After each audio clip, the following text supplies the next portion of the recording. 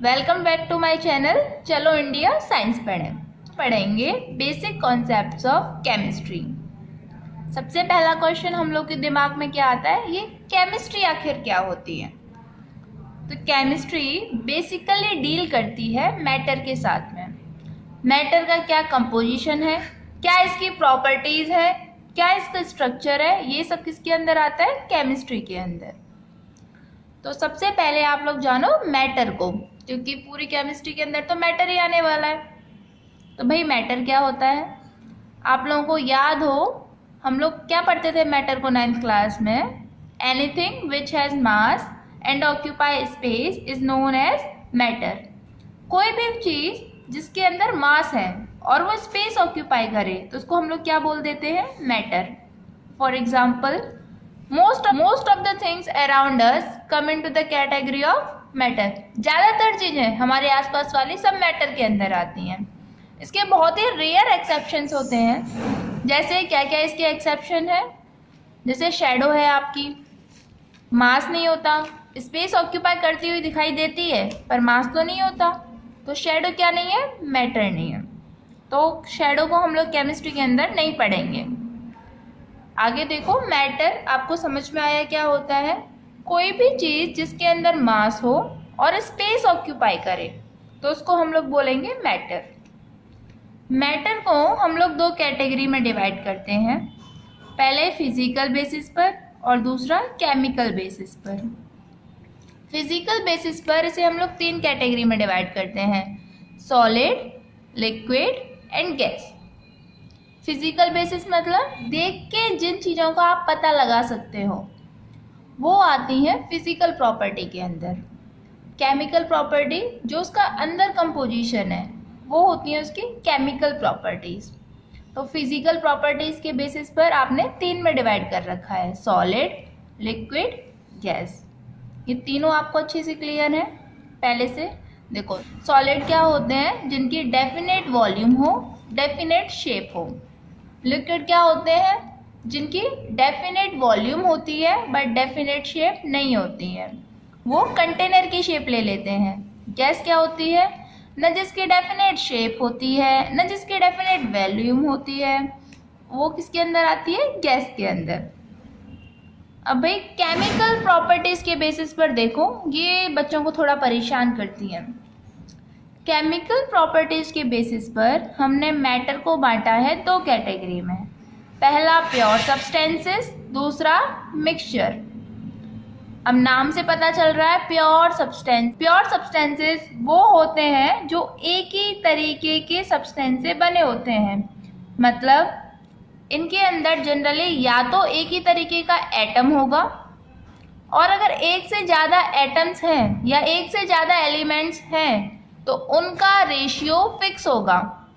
क्या मतलब है इसका, देखो जरा। सबसे पहले एलिमेंट को देखो, समझ में आएगा। एलिमेंट क्या होते हैं, उनके अंदर एक ही तरीके के एटम्स होते हैं। जैसे लोहा, तो लोहा के अंदर Fe इसी तरीके के एटम होंगे, तो ये एलिमेंट हो गया। कंपाउंड जैसे वाटर, तो पानी के अंदर क्या होता है, H2O, तो हाइड्रोजन, ऑक्सीजन और देन अगेन ये हाइड्रोजन एटम, इस तरीके का कुछ स्ट्रक्चर होगा। अब एक चीज़ देखो, इसके अंदर हाइड्रोजन भी है, ऑक्सीजन भी है। एटम तो इसमें 2 टाइप के हैं, फिर भी ये प्योर सब्सटेंस क्यों है, इसलिए क्योंकि वाटर के अंदर हाइड्रोजन और ऑक्सीजन का रेशियो फिक्स होता है। प्योर सब्सटेंस का मतलब हमेशा ये नहीं होता कि एक ही तरीके का एटम होगा, उसका मतलब है अगर एक से ज़्यादा एटम है तो उनका रेशियो फिक्स होगा। तो आपको प्योर सब्सटेंस समझ में आए, a material which contain only one type of substance are known as pure substance. For example, elements and compound. दूसरा पॉइंट याद रखने वाला है, प्योर सब्सटेंस जो हैं किसी भी फिजिकल मेथड से सेपरेट नहीं हो सकते हैं। ध्यान रखना, फिजिकल मेथड, केमिकल मेथड का नहीं बोल रहे हैं। केमिकल मेथड से सेपरेट हो जाते हैं बट फिजिकल मेथड से सेपरेट नहीं हो सकते हैं। फिजिकल मतलब जैसे आप किसी कंपाउंड को ऊपर से फेंक दो, हथौड़ा मारो उसके अंदर, तो इस तरीके से आप उन्हें सेपरेट आउट नहीं कर सकते हो। हाँ, केमिकली सेपरेट आउट हो जाएंगे। अच्छा, नेक्स्ट फिर हम लोग पढ़ेंगे मिक्सचर क्या होता है। मिक्सचर नाम से समझ में आ रहा है कि भाई दो या दो से ज़्यादा सब्सटेंस का मिक्सचर होते होंगे, उनको मिला दिया गया है तो मिक्सचर बने हुए हैं। मिक्सचर होते हैं दो टाइप के, होमोजीनियस मिक्सचर, हेट्रोजीनियस मिक्सचर। अब देखो क्वेश्चन यहाँ अराइज होता है कि मिक्सचर के अंदर भी दो से ज़्यादा सब्सटेंस होते हैं, कंपाउंड के अंदर भी, तो इनमें डिफरेंस क्या है? इनमें डिफरेंस है, कंपाउंड के अंदर अगर दो से ज़्यादा सब्सटेंस है तो उनका रेशियो फिक्स है कि भाई अगर 2 ग्राम हमारा हाइड्रोजन है तो 16 ग्राम ऑक्सीजन होगा। अगर इस तरीके का कंपोजिशन है तो ही कंपाउंड बनेगा। और मिक्सचर के अंदर क्या होता है, ये रेशियो फिक्स नहीं होता है। आप इसमें 2 सब्सटेंस मिलाओ, 4 मिलाओ, कितने भी रेशियो में मिला दो, ये फिक्स नहीं होगा। अब देखो होमोजीनियस और हेट्रोजीनियस मिक्सचर क्या होते हैं। Homogeneous mixture, take an example, you have 1 glass of water, आपने इसमें 1 स्पून चीनी डाल दी, शुगर डाल दी, ये आपने शुगर ऐड करी, और एक और गिलास पानी है आपके पास, इसमें आपने क्या किया, रेत डाल दिया, सैंड डाल दिया। अभी आप क्या देखोगे कि भाई जो चीनी वाला पानी है उसको आप देख के पहचान नहीं पाओगे कि इसमें चीनी है भी या नहीं, जब तक कि आप उसको टेस्ट नहीं कर लेते हो। तो ऐसे मिक्सचर जिनको आप अपनी आंखों से ऐसे डिस्टिंग्विश ना कर पाओ, तो ऐसे मिक्सचर जिसमें एक से ज़्यादा कंपोनेंट तो हैं लेकिन आप उनको आंखों से देख नहीं पाओ, आप उनको आंखों से डिस्टिंग्विश ना कर पाओ, तो वो होते हैं होमोजीनियस मिक्सचर। हेट्रोजीनियस, एक से ज़्यादा कंपोनेंट है, वाटर है, सैंड है, और आप देखकर ही बता दोगे भाई इसके अंदर रेत मिला हुआ है, तो ऐसे मिक्सचर को हम लोग क्या बोलते हैं, हेट्रोजीनियस मिक्सचर। इसको हम लोग बोलते हैं, इसमें जो कंपोनेंट्स होंगे होमोजीनियस में वो यूनिफॉर्मली मिक्स होंगे और इसके अंदर कंपोनेंट्स नॉन यूनिफॉर्मली मिक्स होंगे। अच्छा जरा एग्जांपल देखो, होमोजीनियस के क्या एग्जांपल लिख सकते हो, वाटर प्लस शुगर,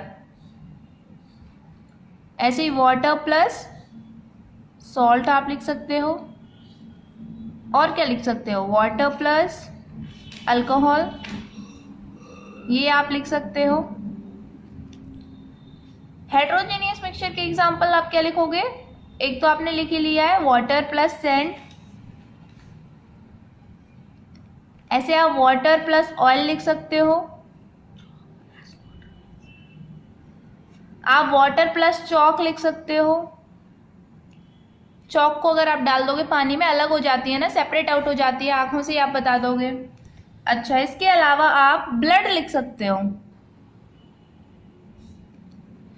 अब आप लोग बोलोगे भाई ब्लड को तो हम नहीं बता पाते, पूरा तो एक जैसा लगता है, उसमें तो अलग अलग सब्सटेंस नहीं होते। तो कुछ मिक्सचर ऐसे भी होते हैं जो आपको दिखाई नहीं पड़ रहे हैं, लेकिन आप अगर उन्हें माइक्रोस्कोप में देखोगे तो आपको पता चलेगा कि ये हेट्रोजीनियस मिक्सचर है।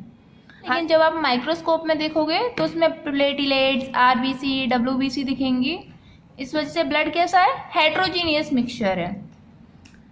और इसके अलावा पेट्रोल, ये भी क्या होती है, हेट्रोजीनियस मिक्सचर होती है। मैटर को आपने 2 कैटेगरी में डिवाइड किया, फिजिकल, केमिकल। फिजिकल के बेसिस पर 3 टाइप का, सॉलिड, लिक्विड, गैस। केमिकल के बेसिस पर 2 टाइप का, प्योर सब्सटेंस एंड मिक्सचर। फिर अगेन प्योर सब्सटेंस भी 2 में, एलिमेंट और कंपाउंड्स। मिक्सचर भी 2 में, होमोजीनियस और हेट्रोजीनियस। तो आप लोगों को मैटर क्लियर है क्या होता है। इन्हीं सब चीज़ों से हम लोग पूरी केमिस्ट्री में डील करेंगे। नेक्स्ट है एसआई यूनिट।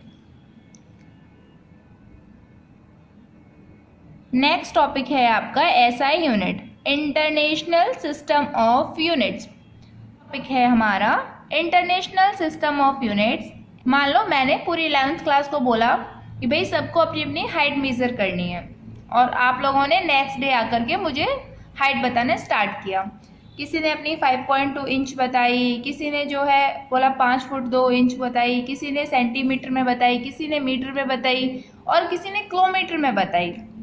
तो मैं क्या है जज नहीं कर पाऊंगी किसकी कम है किसकी ज़्यादा है। तो हम लोग क्या करेंगे, सबको एक ही यूनिट में कन्वर्ट कर लेंगे, हम लोगों के लिए आसानी रहेगी मेजरमेंट्स में किसी भी ये, उससे हम लोगों को डाटा एनालाइज करने में आसानी रहेगी। वैसे ही इंटरनेशनल मीटिंग हुई, उसमें हमारे इंडिया के साइंटिस्ट जाते हैं, अमेरिका के आते हैं और कंट्रीज़ के आते हैं। तो हमारे यहाँ के जो साइंटिस्ट हैं, मान लो वो किसी चीज़ को मेज़र करके ले गए और उसकी अलग यूनिट में बात, मान लो हमारे यहाँ के साइंटिस्ट जो हैं किसी की लेंथ मेज़र करके ले गए और वो उसको किलोमीटर में बता रहे हैं। मान लो हमारे यहाँ के साइंटिस्ट गए इंटरनेशनल फोरम में और वो किसी लेंथ को किलोमीटर में बता रहे हैं, अमेरिका के आए वो मीटर में बता रहे हैं, किसी और देश की किसी और यूनिट में बता रहे हैं। तो इससे बहुत कन्फ्यूज़न हो जाएगी। इंटरनेशनल लेवल पर ये डिसाइड हुआ कि जो भी आपके मेजरमेंट होते हैं उनकी स्टैंडर्ड यूनिट्स बनाई जाएं। तो क्या क्या स्टैंडर्ड यूनिट हैं, क्या बेसिक यूनिट है, वो हम देखेंगे। इंटरनेशनल सिस्टम के अकॉर्डिंग हमारी 7 बेसिक यूनिट हैं। सबसे पहली है हमारी लेंथ।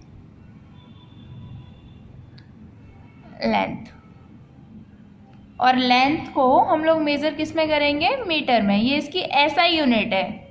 मतलब अगर अब कोई इंटरनेशनल मीटिंग होगी और अगर वहाँ साइंटिस्ट बात कर रहे हैं तो वो सब लोग लेंथ किस में बताएंगे, मीटर में। ऐसे ही मास, हम लोग बार बार बोलते हैं ना ऐसा यूनिट ऐसा यूनिट, ऐसा यूनिट मतलब इंटरनेशनल सिस्टम ऑफ यूनिट्स। मास को हम लोग किस में मेज़र करते हैं, केजी के अंदर। नेक्स्ट इज टाइम, और टाइम को मेज़र किया जाएगा सेकंड के अंदर। उसके बाद में आपकी चौथी बेसिक यूनिट होती है इलेक्ट्रिक करंट, और करंट को मेज़र करते हैं एम्पियर के अंदर। नेक्स्ट है आपकी ल्यूमिनस इंटेंसिटी, और ल्यूमिनस इंटेंसिटी को मेज़र करते हैं कैंडेला में। ये इसकी यूनिट होती है कैंडेला। नेक्स्ट है अमाउंट ऑफ सब्सटेंस,